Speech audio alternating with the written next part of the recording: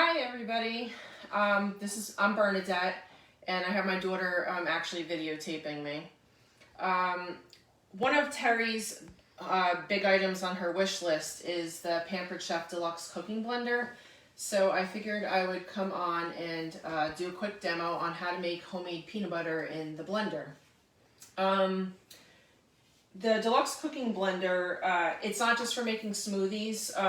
What's nice about the Pampered Chef blender is that it has a heating element, so it also can cook.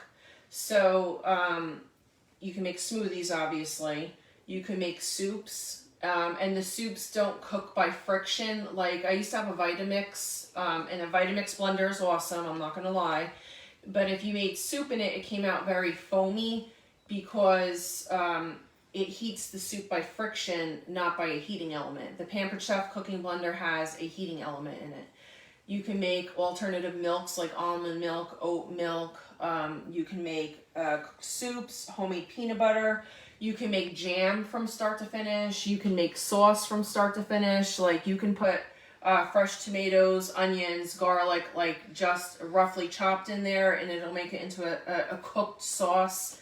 I've made Alfredo sauce in it. That comes out awesome from start to finish, from like putting the ingredients in to pouring it over pasta.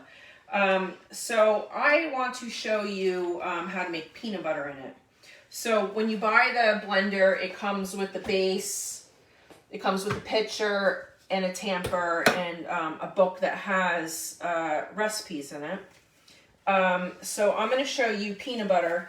Now, you can make peanut butter, almond butter, you can make cashew butter, any one of those types of butters. You can use raw nuts, salted nuts, roasted nuts. You can use a combination. I'm going to use a combination of, I have honey roasted and I have plain unsalted roasted peanuts. And I'm adding nothing else. You could add a little bit of salt or sugar, but because I'm using honey roasted peanuts, I just, I don't add anything else. So the blender has an on-off switch on the side here. And it goes on and off just like this. So we have the pitcher. I'm just going to dump in about 3 cups of the honey roasted peanuts and the plain peanuts into it.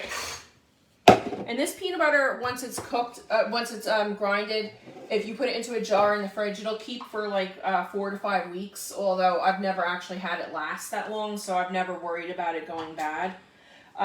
The lid just goes on like this. It locks.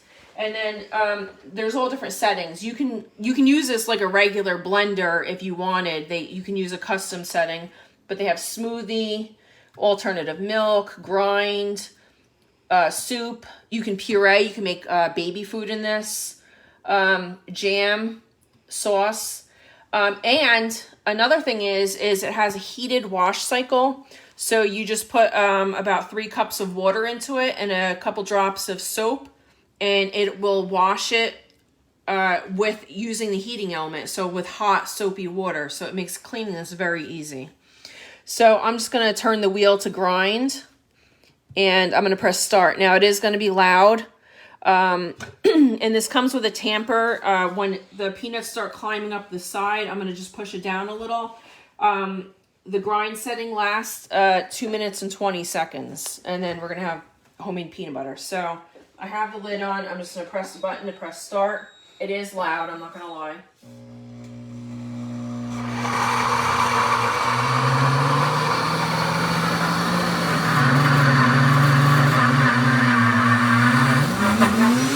Like, it gets a little stuck there, so I'm just going to go in here and press it down a little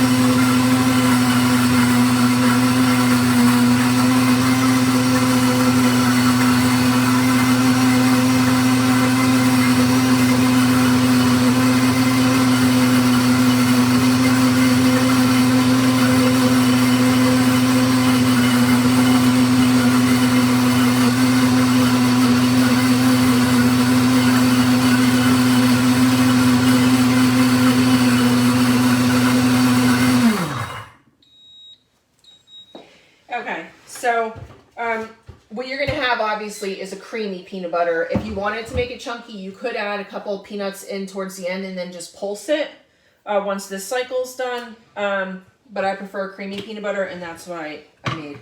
Now, when it's done, what the result is a creamy, like pourable peanut butter. Once you put it in the fridge, it'll become more solid. Not solid, but like not as pourable as this. Sorry. This is the long skinny scraper. Even if you don't have this blender, this scraper is awesome for scraping things out of any blender. I usually just store it in a mason jar and put it in the fridge. So as you can see, this is like a creamy pourable peanut butter right now because it is a little warm because of the friction of the blender. And like I said, you can make this, it's not just peanuts, it's any nut.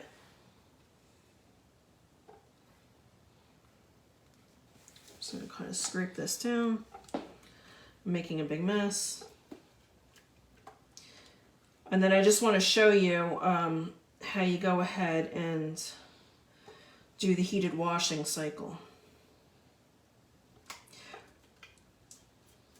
Now, if you see a red live button, I'm live right now, but you'll be able, if you didn't catch this while I was live, you'll be able to go back and watch this later. And I can't see your questions because I'm not holding the phone. But if you have any questions, just put them in the comments and then I'll go back and answer them when I'm done. Okay, so, you know, I scraped out a pretty good portion. And if you didn't want to wash this right away, you could make a smoothie with this. Some people mix in nut butter with their smoothie. So to get the most out of this, you could make a milkshake or a smoothie with this remaining peanut butter. But I'm just going to put some soap and water in it real quick. And then I'll show you the heated washing cycle.